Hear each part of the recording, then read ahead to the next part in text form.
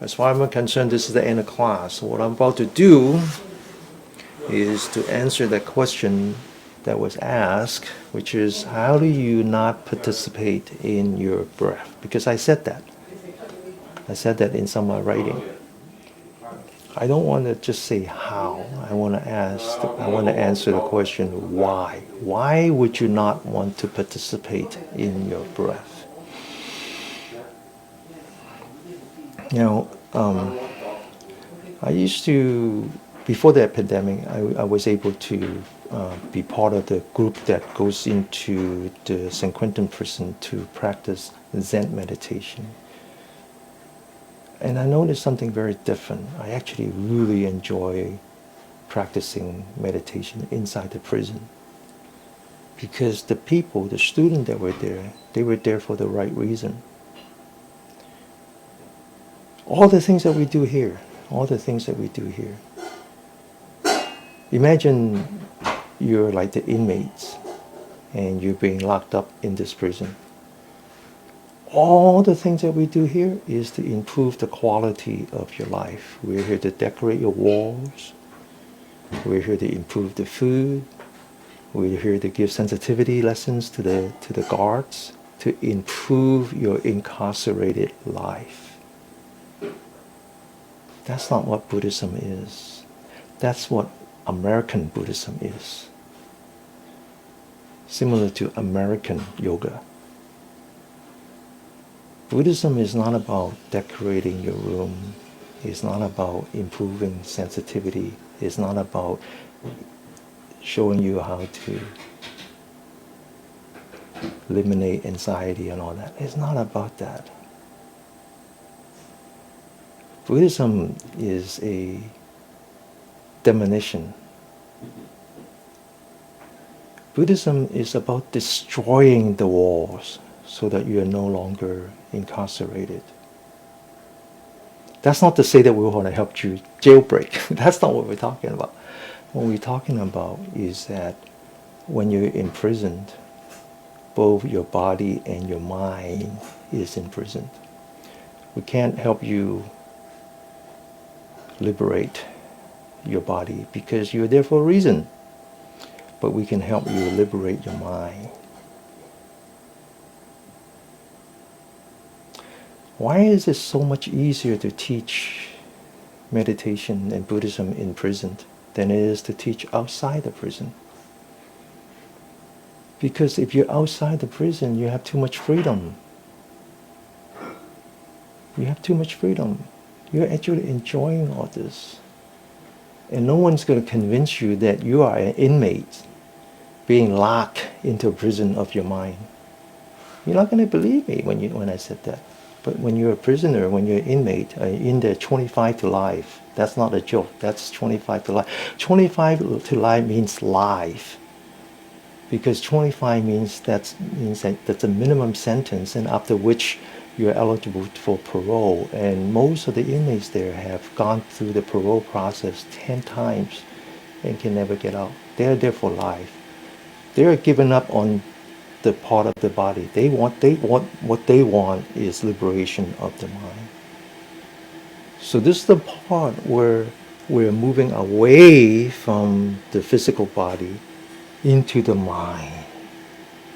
Talking about how we can liberate ourselves from the mind.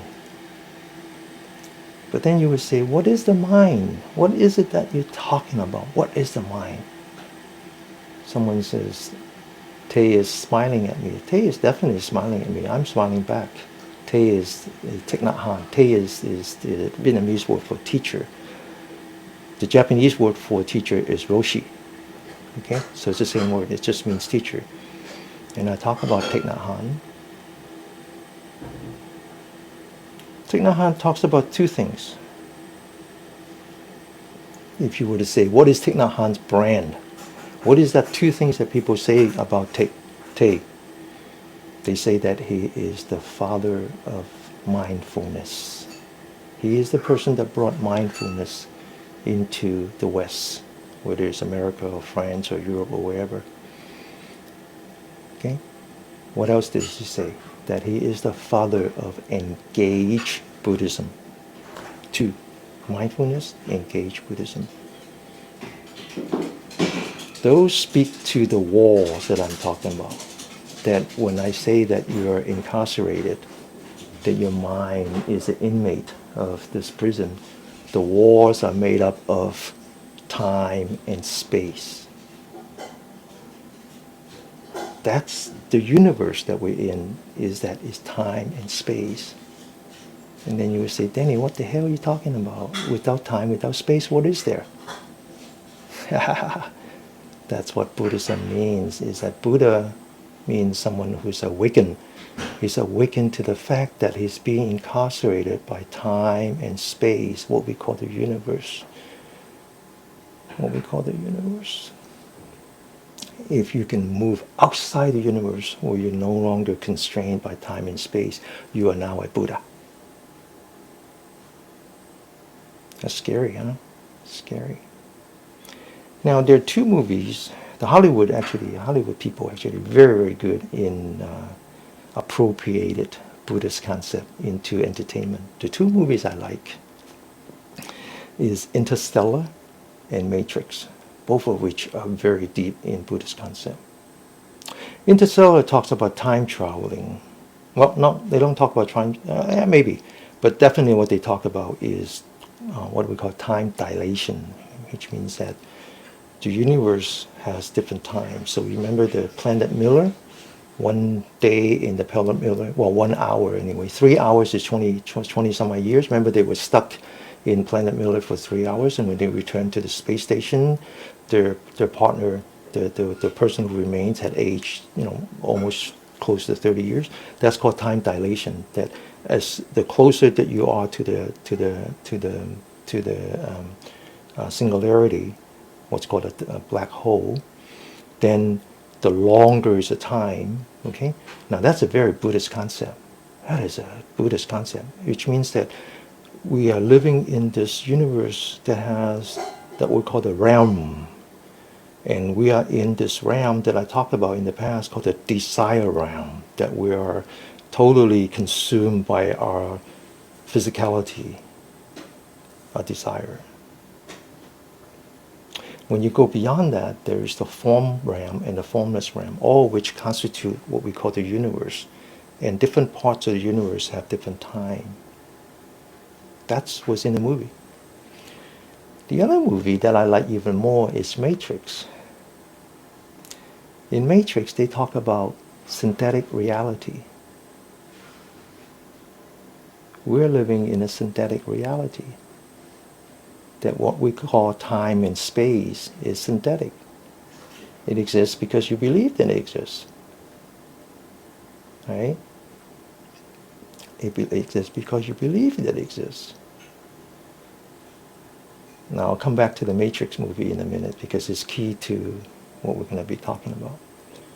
So when you listen to Thich Nhat Hanh, he talks about engage Buddhism. That's the compassion. And he talks about mindfulness. The 2 is about space and time. Engage Buddhism, compassion and loving kindness, is about space. It's about the distance that you artificially put between you and someone else. You are forever incarcerated by that concept of space. But if you are someone like Thich, who's able to feel compassion such that you and him are the same, then there's no more space. He has no space. He has no separation. He is one of the same. So when you look at his writing, he talks about how we are all one together. That is about space. If you have no space, what's the use for time? If you have no space, what's the use for time? If you can't go anywhere, what's the point of having vacation? You should know this. We've been locked up for 2 years now. Right? When your boss says that, well, you got 2 weeks of vacation coming up, you say, what for? I can't go anywhere. There's no more space. No space, no time. What's the purpose of time? Time is the measure rising and decay. Time is about material. If there's no time, there's no death. There's no living and there's no death. So when you listen to Tate's teaching again, he talks about that. He looks at death and he smiles at it because he no longer has space, he no longer has time. That's engage Buddhism, to engage with all beings. He talks about mindfulness. Mindfulness is another way that you start with time. So what's the purpose of mindfulness? Mindfulness is not a journey all by itself. Mindfulness is just the first step to get into the path that I talk about, Thich Nhat Hanh. I forgot to explain that Nhat Hanh rhymes with the Cantonese, not with the Mandarin. So last time when I talked, Nhat Hanh means 一行, and you say, well, Nhat Hanh doesn't sound like 一行 at all. 一行 is Mandarin, sorry, I forgot that. 一行 is the northern dialect. I'm from the south. We don't say 一行, we say 一行. Nhat Hanh. That's what it means. One path. So he walks that path of awakening, of enlightenment. And the very first step you have to take is called mindfulness. Mindfulness doesn't mean all that complicated concept. Mindfulness just means remember. Do you even remember where is your mind? It's like you saying, I got $10,000 in the bank, I just don't know where it is. Which bank? What's the point of that? Starts with remembering your mind. Anchor your mind on your body, anchor your mind on your breath. Know that you're moving, know that you're not moving. When you're moving, anchor on your mind, anchor in the center of your hand, anchor in the center of your feet, anchor anywhere in your body. When you're stationary, anchor on your breath. So we're about to learn how to anchor on our breath. By understanding the breath, by examining the breath, you start to understand time, because you start to understand breath is like the metronome. Tick tock, tick tock, tick tock, tick tock. It measures time. It's a natural clock. Breathe in, breathe out, breathe in, breathe out. But the breath, going back to Matrix, what is that one scene in Matrix that is the most memorable, to me anyway, is when the cat walks across the hallway and the main character, noticed that the cat was walking back and then walking back, and he says, that is the key to this synthetic reality, that we're actually living in a belief world. The breath is your black cat.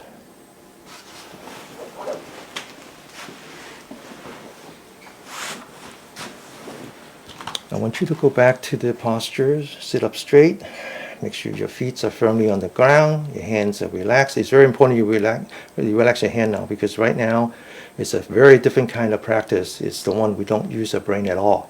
Before, we're actually using our brain to guide the electrons, because we have to provide a electrical potential.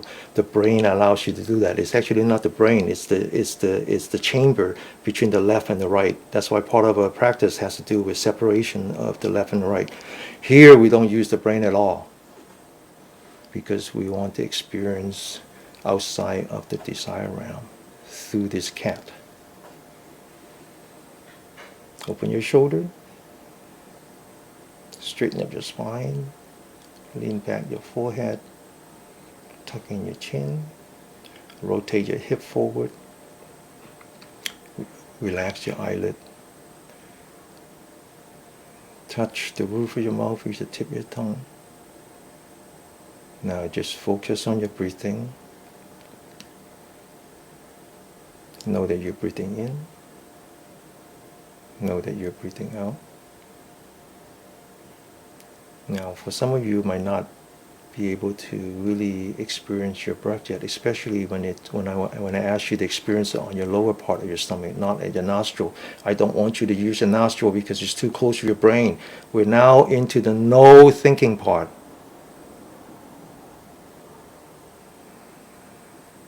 I want you to just focus on your stomach. Now I'm going to teach you 2 tricks if you cannot experience your breath. I want you to slightly open your mouth. I want you to blow air through your mouth. As you blow air through your mouth, your stomach collapses. I want you to blow as much as you can, blow as much as you can, all the way until you can no longer blow air. I want you to keep blowing and then relax. Let the air rush in through your nostril, your stomach opens.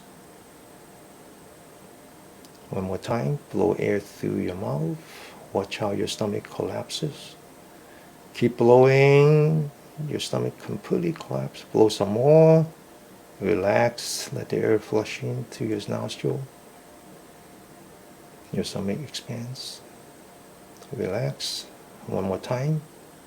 Blow air through your mouth. All the way. As much as you can. Keep going. And then relax. Feel your stomach expands as air rushing in through your nostril. Now, most of you should be able to feel your breath now. If you still cannot, there's one more trick. Hold your breath. Hold your breath. Hold it until you can no longer hold it, and then relax. You can feel air rushing into your nostril, stomach expands. Now just keep focusing on your stomach. Know that you're breathing in. Know that you're breathing out. Feel your stomach expanding as you breathe in. Don't force it, okay? Just natural breathing. Natural breathing. Feel your stomach expands. Feel your stomach collapse. Now imagine you're traveling again. You're back to your favorite beach. Be it Hawaii, be it South of France, wherever, your favorite beach. And you're standing by the ocean, watching the wave. The wave comes up, and then the wave recedes back into the ocean. Now synchronize the wave with your breath. As you breathe in, it's as if the water is coming up. As you breathe out, it's like the water receding. Breathe in, water comes up. Breathe out, water comes down. Now, when you're by the beach watching the wave, you do not participate in the wave. You're just an innocent bystander. The wave does what it does, irrespective if you're there or not. Guess what? Your body breathes without you or with you. It doesn't matter. It breathes on its own. Just try to convince you of that. Let go of your breath. Just let it breathe on its own. Breathe in. Water rises up. Breathe out. Water recedes. Your body is a natural part of the universe. It is the universe. Breathe in. Breathe out. Every once in a while, check your posture. Straighten your spine. Open your shoulder. Relax your shoulder. Lean back your forehead. Tuck in your chin. Back to the breath. In and out. In and out. Now, go back to the ocean. Pay attention to the wave again. The water comes up. It comes all the way up. And then it just stays there. As if the world has just come to a complete stop. And then it recedes back into the ocean. You can see the sand, you can see the shells. It goes all the way back to the ocean. And then when it reaches the end, it comes to a stop. As if the world has comes to a complete stop. And then it's back again. As you observe your breathing, you breathe in, it stops. And then the body breathes out, it stops. Let your body rest. Don't force your own breathing. Don't participate in your breathing. Let your body breathe on its own. And if it breathes on its own, it actually breathes like the ocean. It likes to come to a stop. Breathe out. Now, in my experience, the stop after the exhale is actually longer. So this is a good part for you to focus on. As soon as you breathe out, completely breathe out, focus on the space. Wait for the in-breath. Just wait. And then the body wants to breathe in. Go ahead and breathe in. The body wants to breathe out. Go ahead and breathe out. And then it comes to a stop. Look for the stop. Wait in the stop. Just entire body, entire your mind stays focused on that space. Just wait for the breath. And then breathe in again. And then breathe out. Okay? We're going to do this for 3 minutes. Try the best you can. The key is to relax. Relax. Let go of your breath.